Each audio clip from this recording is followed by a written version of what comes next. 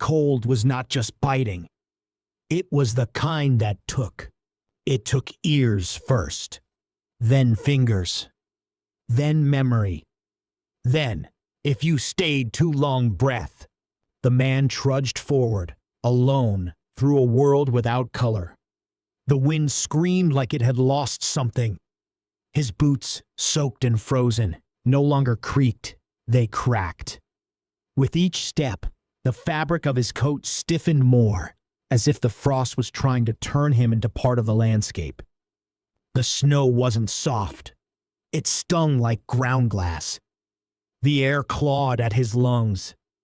He did not curse. He did not speak. There was no one to hear him, and the cold would have swallowed his words anyway. It was 40 below, and falling. He had crossed 2 ridges already. The third stood ahead like the back of a buried god, blanketed in ice and silence. Somewhere beyond it, a village. Cut off. No telegraph. No riders. No mercy. A plague had settled there. Not the kind you ran from. The kind that locked your bones and stole your children by night. He had heard it 2 days ago at the last post. A man in a fur hat, shaking his head, said it flat. They're dying fast. No way through the pass in this storm. Let him be. He didn't answer. Just slid the vial of medicine into the inner pocket of his coat and left. He hadn't said who he was, but he knew. His son. The boy didn't carry his name. The boy barely knew his face. 20 years since he had left chasing gold, chasing escape, chasing nothing. But he had heard the name of the village. And he remembered the woman who had once stood barefoot on a cabin porch, holding an infant, not asking him to stay, just watching. Now he walked into knives of wind with bloodied knuckles and splitting lips. He didn't ask the land to forgive him. He only asked it to let him pass. A gale rose, tearing sideways through the narrow pass. Snow peeled off the cliffs like smoke. He dropped to a knee, pulling his scarf tighter. Every breath stabbed. His eyes watered and froze. There was no trail, no markers, no sound but the roar.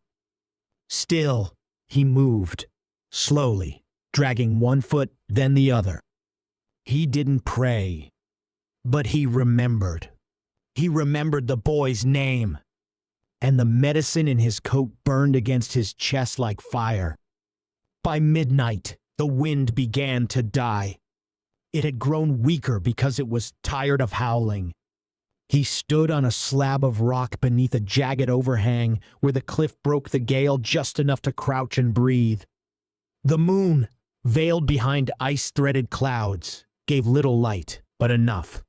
The ridge still rose ahead, and the descent on the other side would be worse. His gloves had frozen stiff. He pulled them off with his teeth.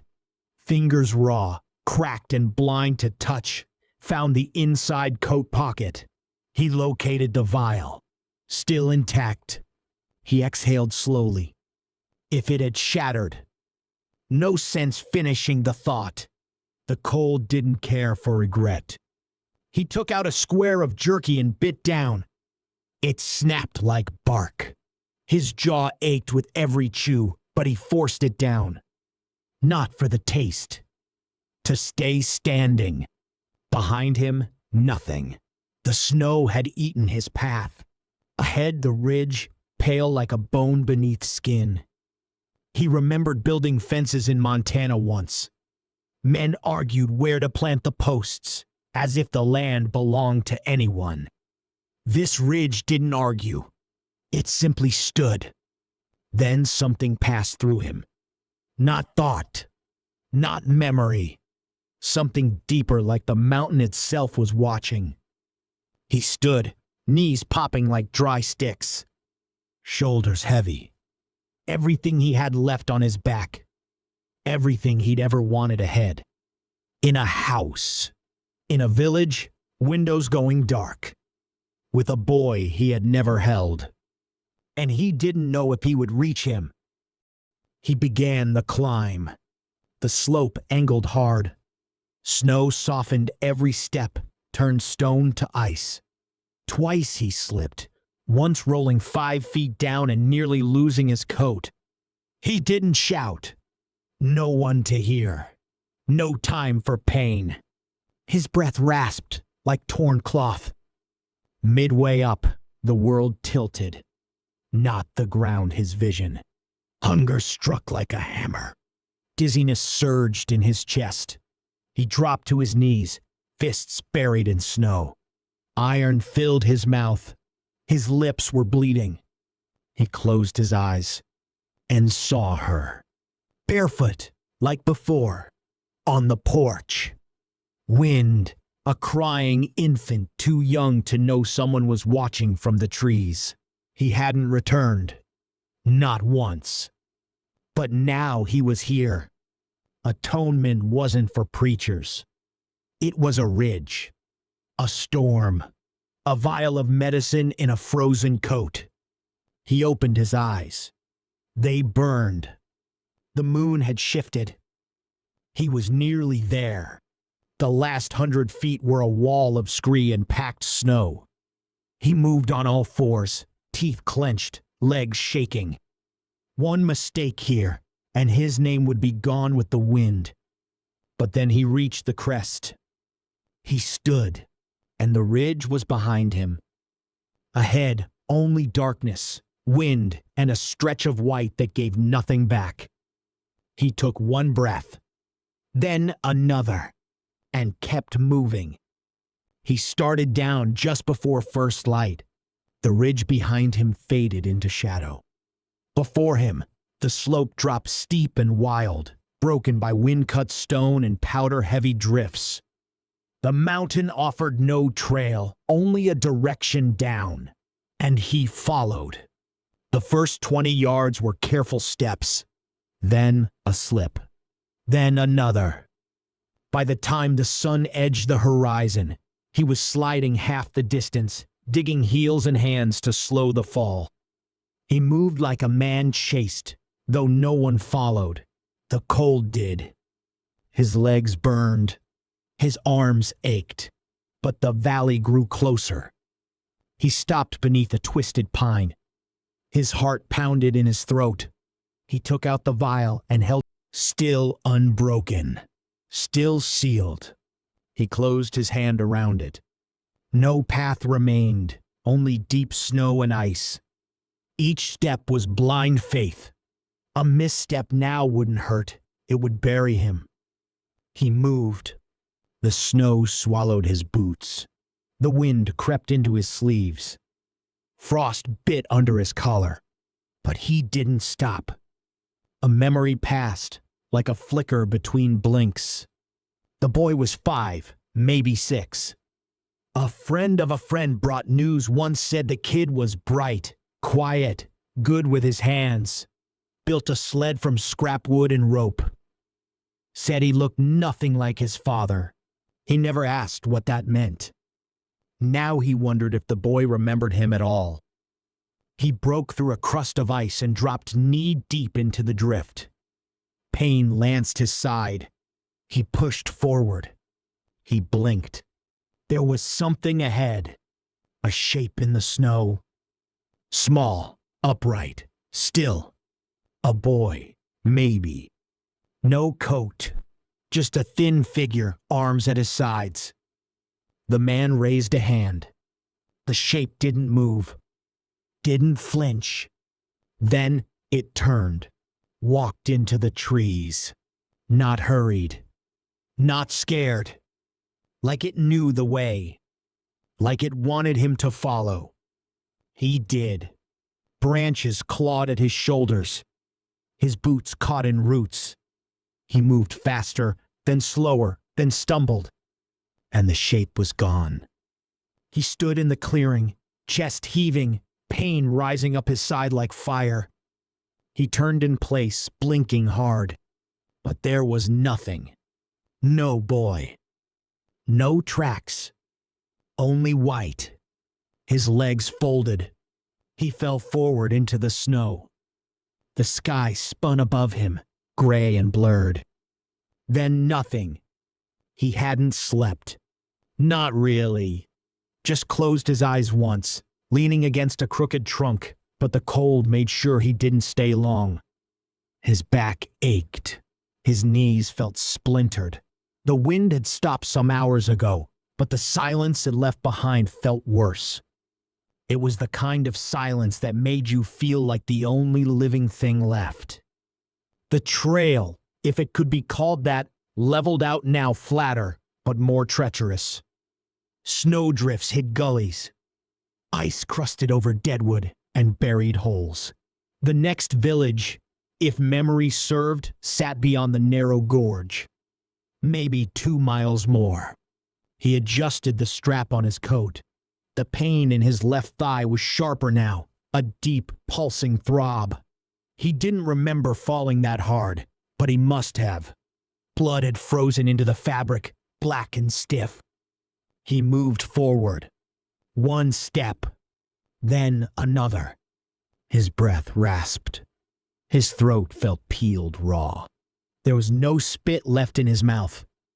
Hunger clawed at his gut, not sharp now, but dull, constant. He hadn't eaten since the meat the night before, and that was barely a scrap. His fingers were slow. He tried to flex them inside his gloves and couldn't feel the middle two. He couldn't afford to stop. He saw the creek before he heard it, a faint dip in the snow, a change in texture. The stream hadn't frozen completely. A thin skin of ice shimmered over black water, with frost tracing spiderweb lines across its surface. The current beneath was strong, even in this cold. It moved fast enough to keep the center from sealing. He tested it with the end of a broken branch. No crack. But he didn't trust it. He looked for another way. Upstream too steep. Downstream led into a tangled mess of trees and overhangs. The crossing here was the shortest. He stepped onto the ice. Slow. 1 boot. Then the other. Weight forward. Keep low. Don't stop. He kept his eyes ahead, but his ears strained for the smallest sound. A creak. A shift. He thought of the boy 9, maybe 10. That had been earlier. A shape that walked into the woods and vanished. He knew now it hadn't been real. Just a flicker. A crack in the mind. He told himself to hold the line to keep his head clear. But his mind still reached for the face. The eyes weren't right. The hair kept shifting. Dark, then fair. He didn't know. He'd missed too much to be sure. He took another step. The ice groaned beneath him. He froze. Not breathing. Not blinking. Then moved again. Just 4 more steps. He imagined the boy sitting by a window. Blanket pulled tight. Small hands. Eyes that hadn't seen enough of the world to know it was cruel. He imagined those eyes looking up, not in fear, but waiting. The crack came sudden, like a shot. Then another. He lunged. The ice gave way behind him as his boot struck the far side. He fell hard, shoulder first into snow, scraping his face, cutting his lip. He didn't move for several seconds. His chest heaved. The coat was wet along the side, but not soaked. Not enough to kill him. Not yet. He rolled to his back and stared up at the pale sky. The clouds had thinned. The light had changed. Morning was giving way to something brighter. He sat up. The vial was still in his coat, and the ridge still behind him. He pushed forward. He didn't know if the boy liked snow, but he would remember this one. If the man reached him in time. He wasn't standing anymore. The cold had taken that from him somewhere after the plane, maybe before the fence, Maybe before he saw the boy. He wasn't sure now if the boy had been real. The snow had gone quiet again. That trick it played, muting everything but your heartbeat and the wind inside your skull. He opened his eyes. Sky, flat, white blue, a branch above him. He didn't remember falling. His ribs ached. His hip pulsed. The snow beneath him was stained dark where it had soaked into his side.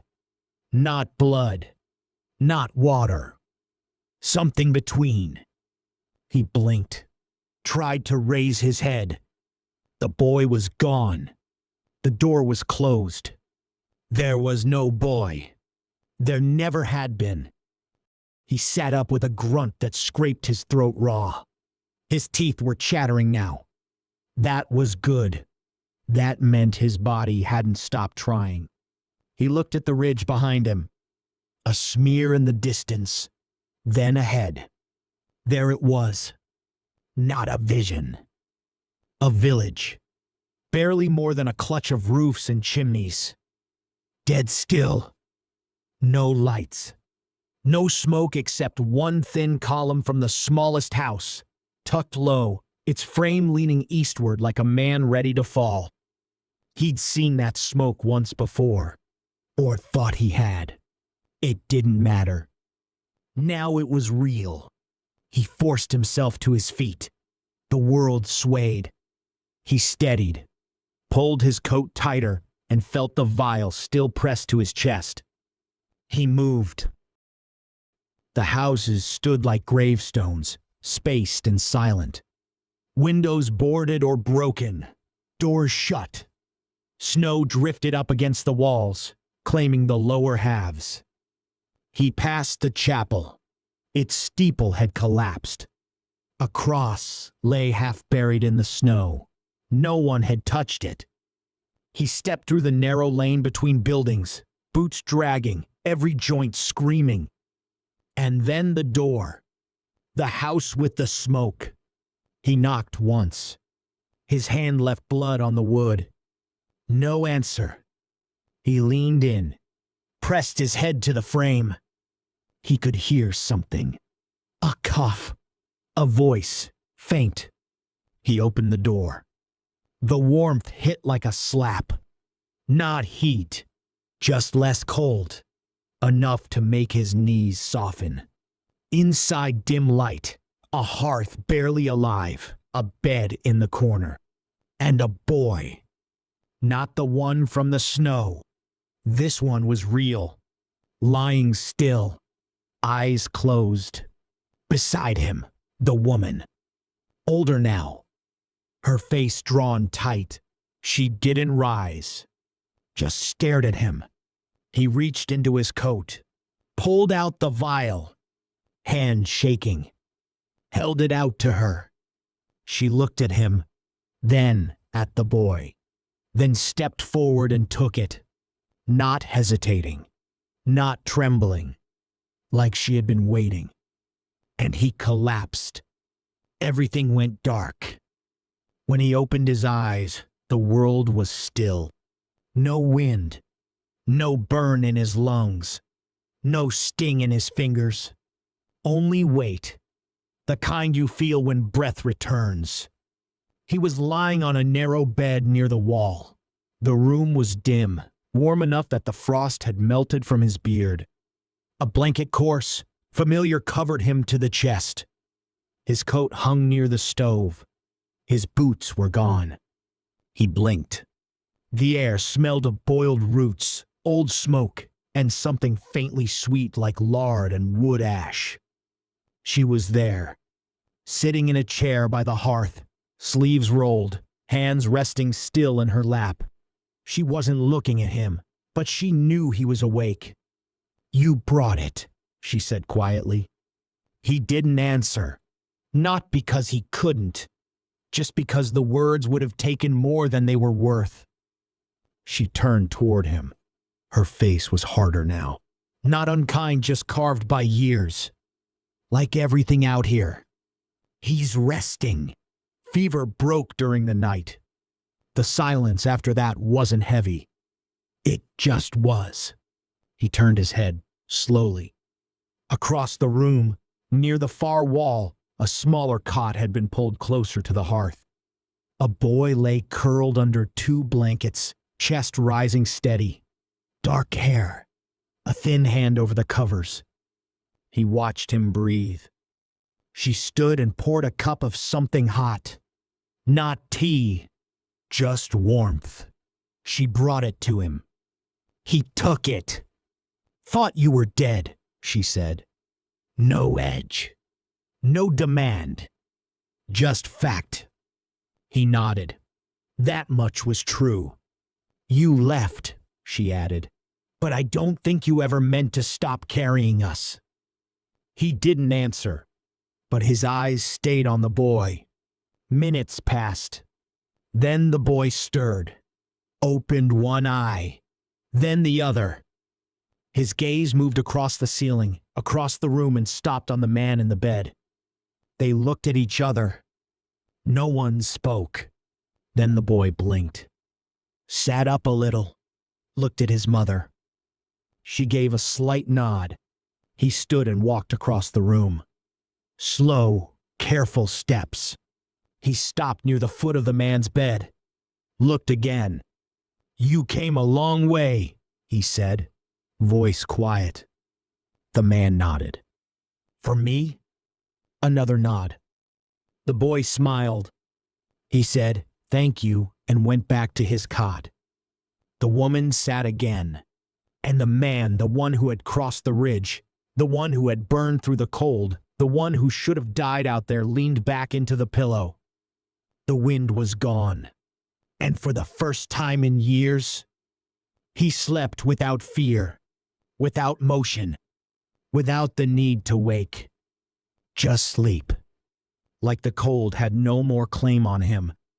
He'd earned no forgiveness, but he'd earned this. Dear friends, if this story moved you, please give it a like and subscribe to the channel. Let us know in the comments what you felt or share your own story.